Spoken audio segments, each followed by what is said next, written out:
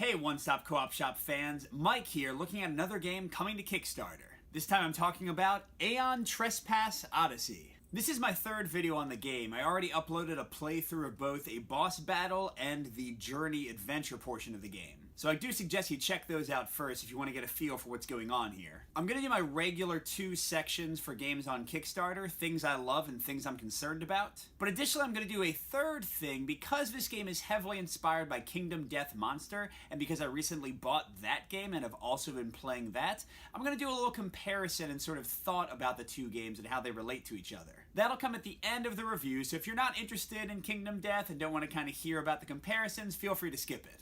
And as always, we've taken no money for this review. We were sent a copy of the demo and I'm shipping it on to somebody else, so I'm getting nothing here except for the joy of helping you make an informed decision. So first let's get to the things I love, and there's a lot here that's great. First of all, the theme is unique and exciting. It reminds me a little bit of Lords of Hellas with sort of the Greek mythology thing meeting technology, but here it's really well fleshed out. There's all these crazy creatures, these things going on, cities you go to, intrigue, it's a lot of fun. And just the core concept of your little human pilots inhabiting these giant titans and duking it out with these huge monstrosities is really exciting. Speaking of monstrosities, based on what I've seen so far, the miniatures are great here. I'm not that much of a miniature person, but since they're all put together for me, it's a lot of fun and they look awesome. The combat in the game is really dynamic and cinematic. Every battle is a boss battle, with you duking it out and getting smashed and sometimes getting killed, although it's not permanent since you're just a human kind of piloting these things. And what's a fun aspect of the game is that you get stronger and the enemies get stronger as the battle goes along. So instead of things kind of petering down to a weak point,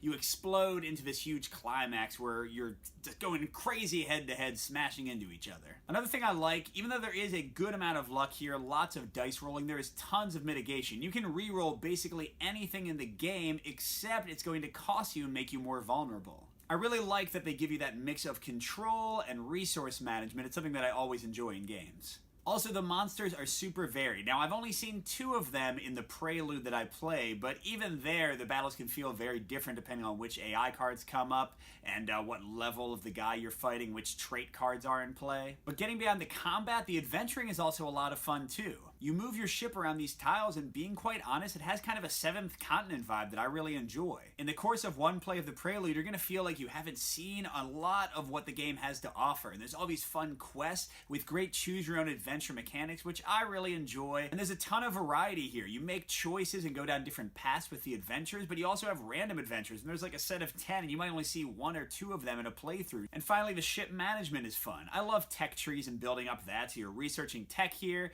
you're gaining resources and crafting items to make your characters more powerful. It's just a nice combination of adventure and combat. Now, how about some things that people might not enjoy or that I'm concerned about? First, this is a big campaign game and a challenging campaign game. Know that the Prelude took me almost 10 hours to play, and there's supposed to be 3 more campaigns beyond that. So if you're playing this with a big group and not solo, you better have people who are going to be coming consistently and playing with you for the long haul, or just be okay with players dropping out sometimes.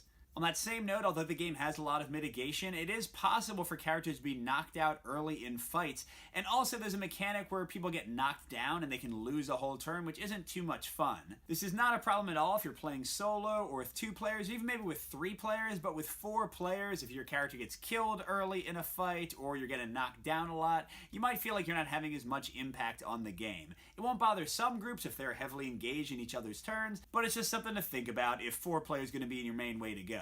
Also, although the adventure feels varied, you are going to fight the same boss several times to start out, and that might feel kind of repetitive. I mean, it didn't to me. The combat is dynamic, but I can see people getting bored with the same main boss fight with the Hecaton as they play it over and over. Another thing to watch out for is that you can just straight up die in the campaign. Like, if your ship gets blown up, which can happen, then there you go. You got to start over and work through those 8 or 7 hours all over again. And one final thing, while combats often have some interesting things going on, sometimes with the mix of terrain and which enemy you're fighting, you might just get into a combat where you just rush at the guy and they don't really move around much and it might feel kind of static. Alright, finally, since this game is very, very heavily inspired by Kingdom Death, I wanted to talk about how the 2 games compare. So the similarities are pretty obvious if you watch 2 games, but let's get into the differences, because I do think these games feel very different, and personally, I'd be totally happy owning both of them. So first of all, while Kingdom Death, at least in the early years that I've played, has an overriding feeling of kind of randomness and desperation, and you could die at the drop of a hat, Aeon Trespass gives you much more of a feeling of control and controlling the same character, and that you can mitigate your fate as long as you're willing to spend some resources for it. Now, either of these could appeal to different people, or even appeal to the same gamer at different times. Kingdom Death gives you this great tension of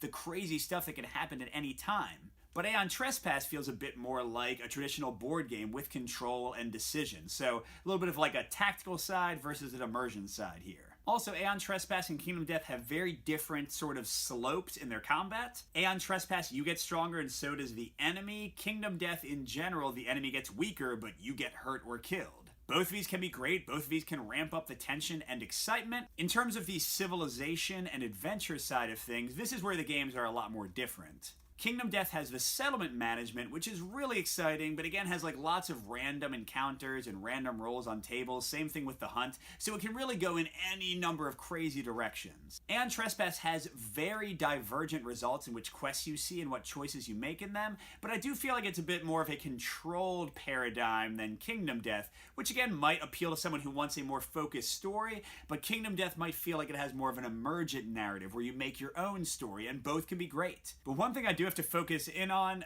Aeon Trespass is so much more accessible than Kingdom Death in a few ways. First of all, at least based on my set, the miniatures come pre-assembled in Aeon Trespass, and I'm not much of a miniature guy, whereas looking at all the miniatures I haven't built yet in Kingdom Death just makes me sweat. Also, price-wise, we're looking at Aeon Trespass being about a third of Kingdom Death, so that definitely makes Kingdom Death a tougher one to sell. And finally, while Aeon Trespass is certainly not super family-friendly, there are some very violent and disturbing things in there, it doesn't have the overt, like, nudity and sexuality, which might not bother some people. It doesn't really bother me, but it could be something you wouldn't want, like, your kids to see. You know, if Kingdom Death is, like, the rated R, Aeon Trespass is, like, the PG-13. So if I had to say which one to get into, I'd say Aeon Trespass is certainly the easier entry point, especially if you're not a big person for miniatures and kind of constructing them. But I'm still really happy to own Kingdom Death. I feel like it has a very special place of like this desperate, immersive theme and combat and everything. And I have to give the nod that it's the game that did most of these mechanics first. Aeon Trespass is, again, pulling a lot of stuff out of that game while putting their own spin on it. Alright, well this is a longer one than normal, but hopefully some of that was useful. I do think Aeon Trespass is great. I think a lot of people are going to love it. I love that it takes the Kingdom Death gameplay, but makes it so much more accessible and cheap for people to experience. That's something I've been waiting for. So definitely check it out, watch the gameplay videos, see if it's something you think you'll enjoy. I think it could be great for a lot of people. Good gaming, everyone, and I'll see you at the next stop.